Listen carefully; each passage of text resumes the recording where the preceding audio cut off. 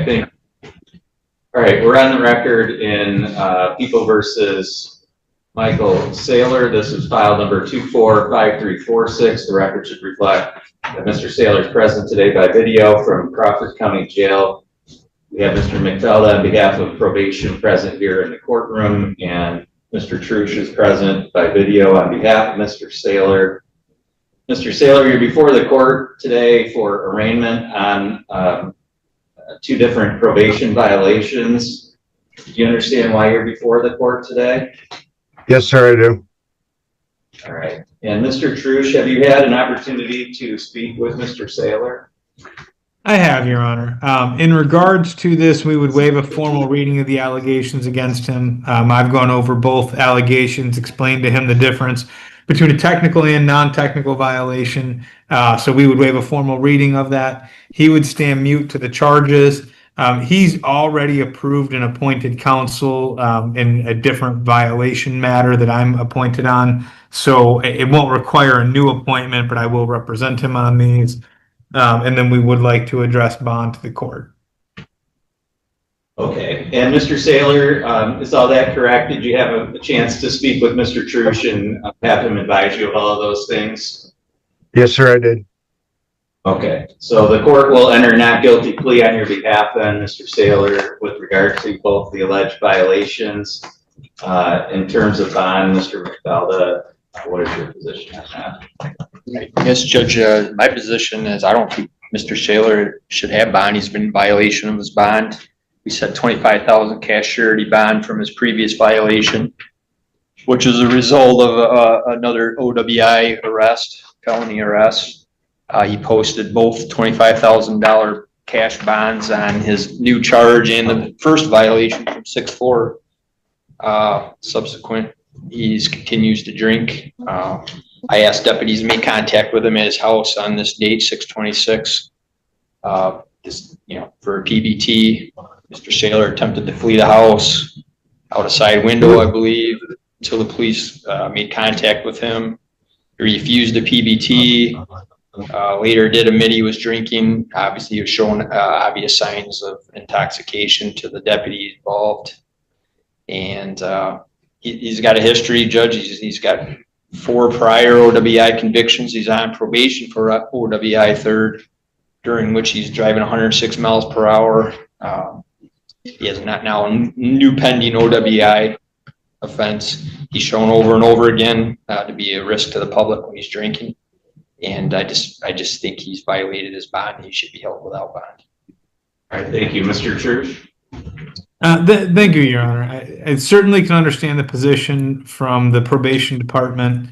I think it's worth noting that Mr. Saylor had been on probation for about 18 months, it would appear to me, and did not have any violations until, again, a few weeks ago he had the first violation, and then he's back here again with this one.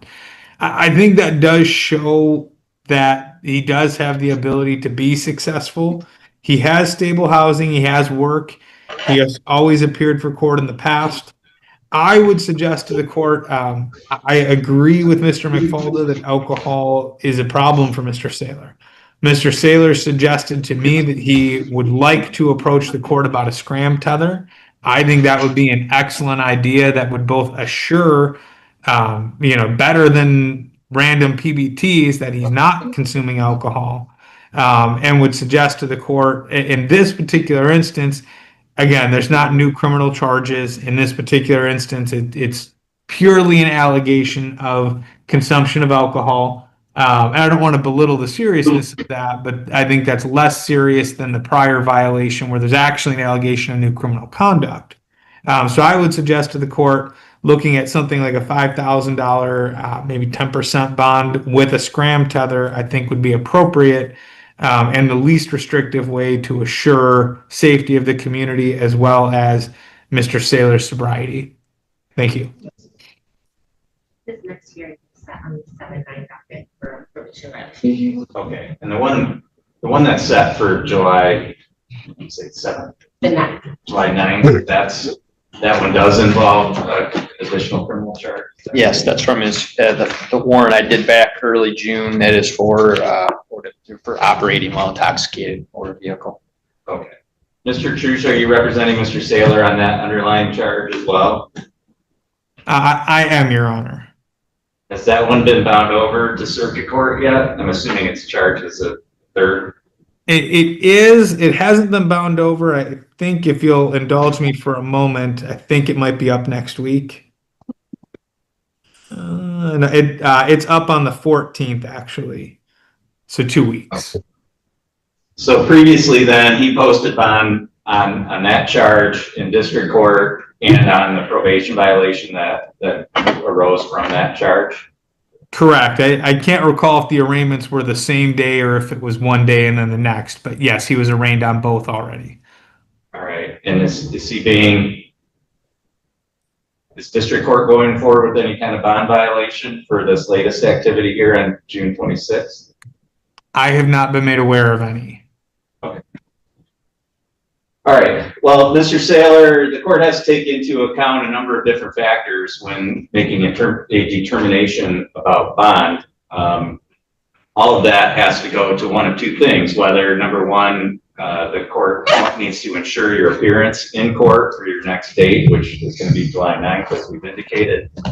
And then the other is to protect public safety. And I agree, it doesn't appear to me that you've had problems appearing necessarily, but I do think there's an issue here regarding public safety.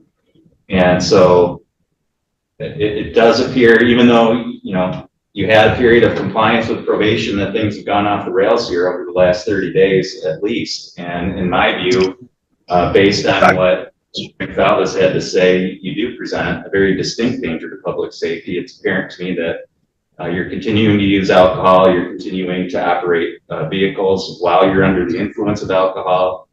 And I'm not going to be in the position where I have to answer to an innocent member of our community that you've hurt or killed because I let you out on a low bond and went out and drank and drove. So to me, public safety is paramount here until we can get our arms around this. So given the way things have gone, given the pending probation violations and charges in district court that I'm assuming will be bound over to circuit at some point in the near future, and this additional conduct, that it's in the interest of public safety that the court have you held without bond until these matters are resolved. So that's what the court will order.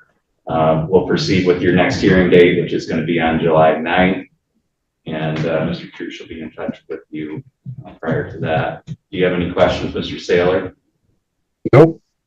All right. Mr. Truce, anything further for the record today? Just so that I'm clear, so the court is going to set this date to parallel the other violation? Correct. Okay, understood. Okay. Mr. McFarland, anything further from your side? No, thanks. All right, thank you. That's all for this hearing today.